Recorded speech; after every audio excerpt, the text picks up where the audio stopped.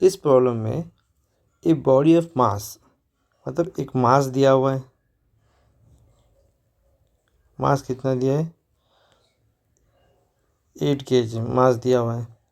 Okay, is moving by force, तो जो force move हो रहा है, फोर्स कितना F equal to 3x newton, और where x is the distance cover, मतलब यहाँ से यहाँ डिस्टेंस जो कवर कर रहा है ये हमारा x है। तो initial position x is to 2 metre, now final position is x is to 10 metre. If initially body at the rest, मतलब यहाँ पे जो वेलोसिटी है 0 है, फाइंड द फाइनल वेलोसिटी, तो ये हमको वेलोसिटी फाइंड करना है। तो यहाँ पे एक चीज़ है कि अब पे फोर्स दिया हुआ है, force F is equal to 3x।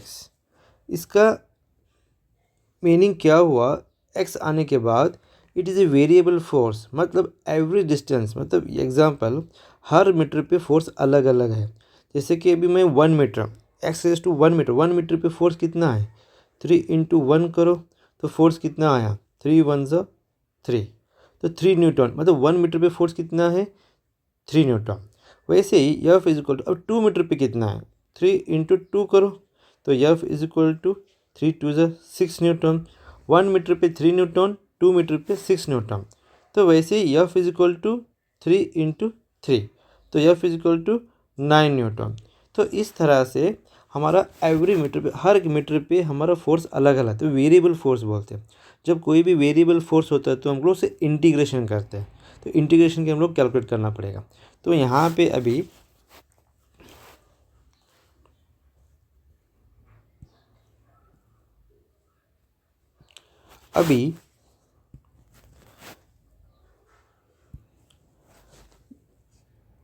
हमारा फॉर्मूला क्या है, Newton second law motion, F is equal to m A.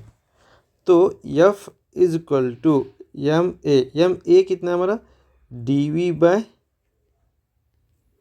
dt, velocity by time, acceleration velocity divide by time.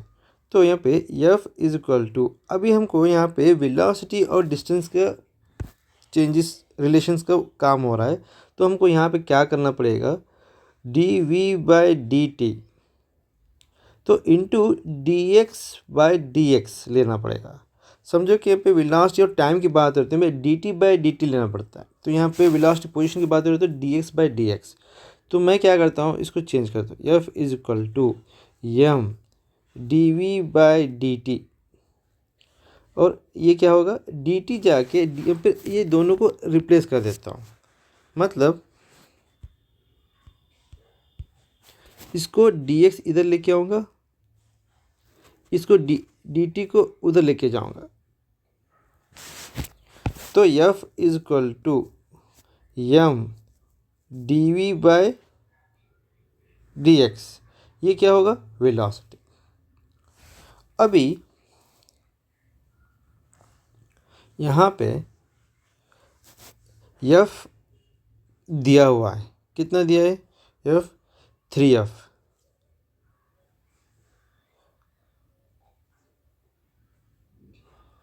F कितना दिया है 3F दिया है, तो F इज इक्वल टू मैं 3x लिख सकता हूँ, F is equal to 3x दिया हुआ है यहाँ पे, तो 3x is equal to m v d v divide by t x.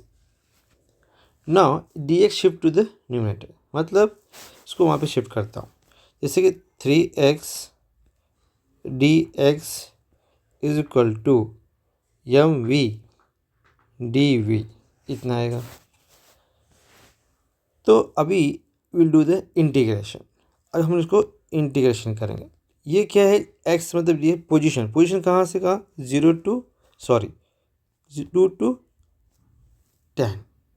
अभी यहाँ पे वेरिएशन को नाम डी वी, मतलब वेलोसिटी कहाँ से, इनिशियल तो 0 था, फाइनल वेलोसिटी पता नहीं, ये फाइंड करना है।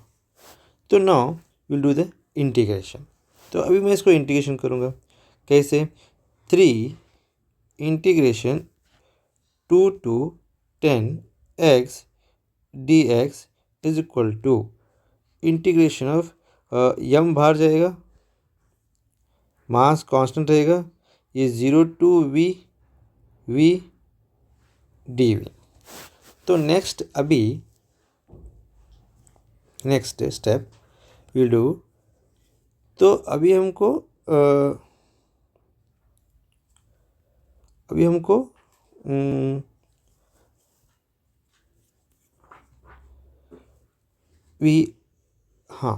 इंटीग्रेशन करने के बाद क्या होगा, 3 इंटीग्रेशन ऑफ एक्स करने के बाद क्या होगा, x square divide by 2 whole bracket from where 2 to 10 is equal to mass, ये क्या होगा, integration of 0 to v initial, तो ये क्या होगा, v square divide by 2।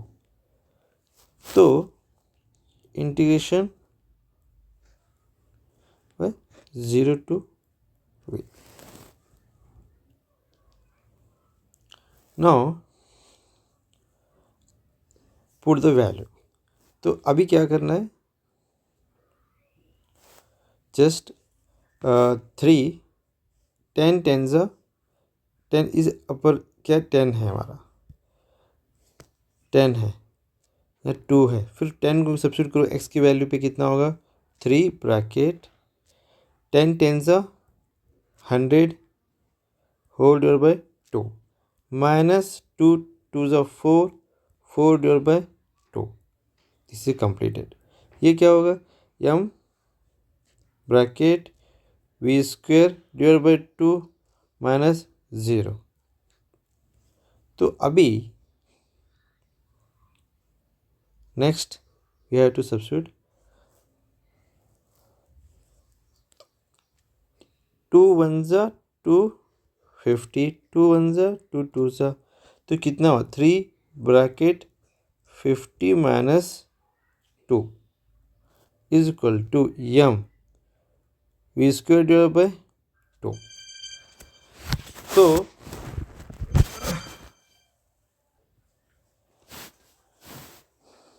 Now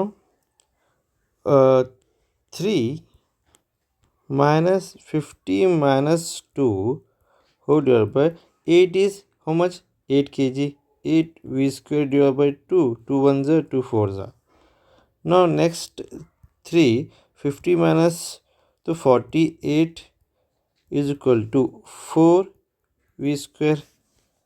now v square is equal to 3 into 48 whole divided by 4, v square is equal to 4 1 4 2 3 into 12, 3 2 6 36, v square 36 square, तो v कितना आया,